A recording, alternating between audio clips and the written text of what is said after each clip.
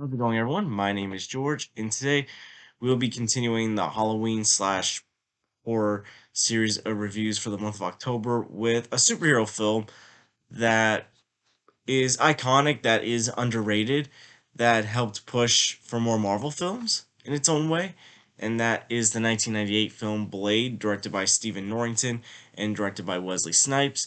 And this is a film that I watched for the first time back in college around Halloween, believe it or not, and since then, I've become very interested in this film. I've grown to appreciate it the more times I've rewatched it.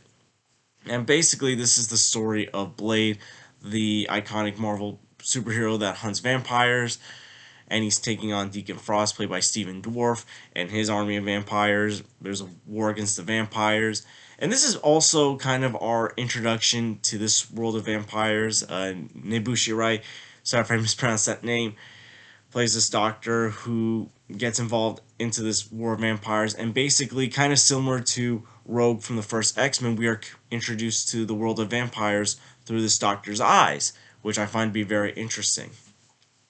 Now, this was a film that got a mixed reception when it first came out in 1998, but has grown to be more popular and more appreciated.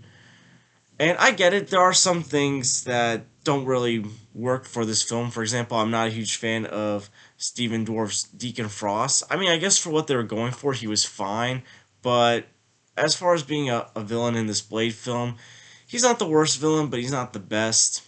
Some of the special effects are definitely outdated. There are cheesy moments, but it's fun cheese.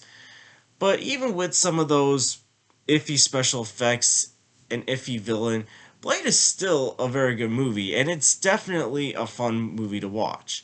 Like the beginning scene when this guy is going into this club, and it turns out this club is full of vampires, and you think they're about to eat him. Then Blade comes in and kills all these vampires. Like, to me, that is one of the best scenes in a comic book film to establish not just what kind of film we're gonna watch, but also the hero. And as far as the action goes, this is definitely a late 90s action film. Like, obviously the action in this film and the style is compared to other film action films that came out around this time, like The Matrix. But of course, the best thing about this film is Wesley Snipes' performance as Blade. He is iconic as this character. I know a lot of people will talk about, Wesley Snipes and like his issue with taxes later on, but he is a great actor, and in this film he was great as Blade. And I think it was through Chris Stuckman's review. Like, I didn't even realize this until I watched Chris Stuckman's review. Like, he even did interviews in character, and it kind of showed like how much he cared about playing this character. Nebuchadnezzar Wright as the Doctor, she's also very good. Chris Christopherson as Whistler is also a great performance. And I like the relationship between Blade and Whistler in this film. It's like they try to like play cool with their relationship, but you can tell both these men care about each other. And when Whistler's dying when he's attacked by the vampires, and like you can tell Blade doesn't want to kill him, but Whistler's like he's got to do it, and if not, I'll do it. And the emotional impact that leaves on Blade, I think they captured that very well.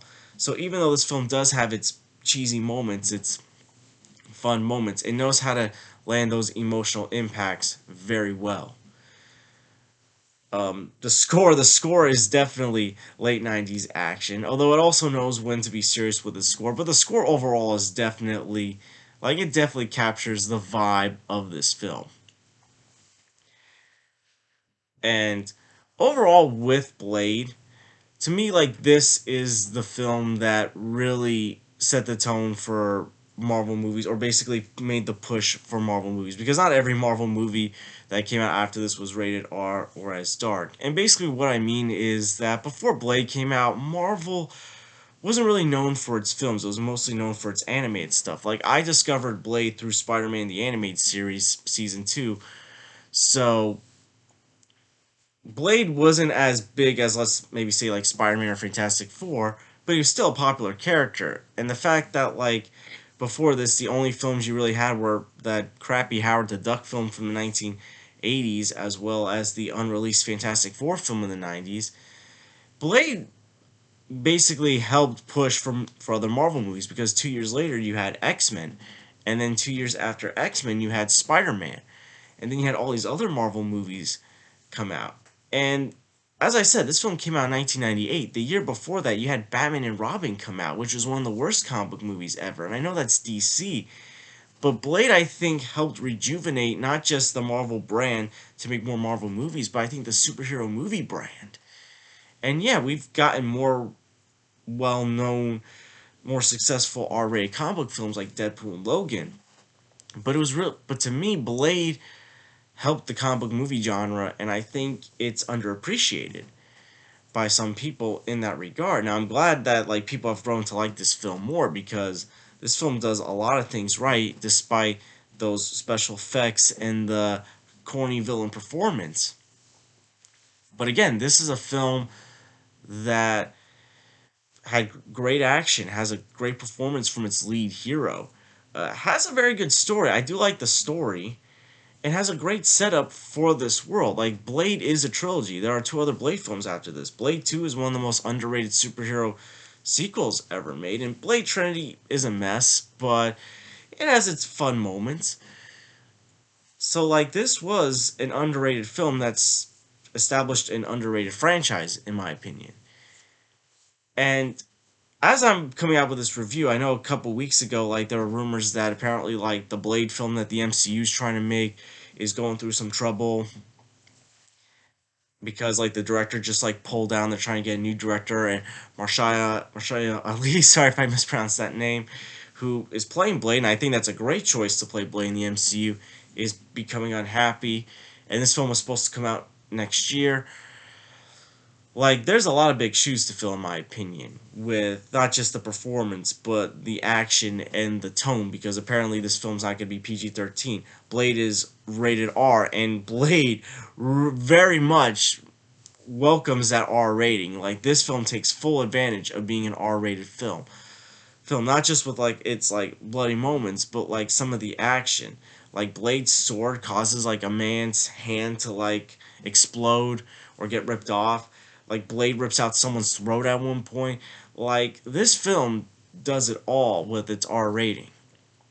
And I understand why people are concerned with the MCU Blade being a PG-13 film, and also some of the production problems that are happening right now.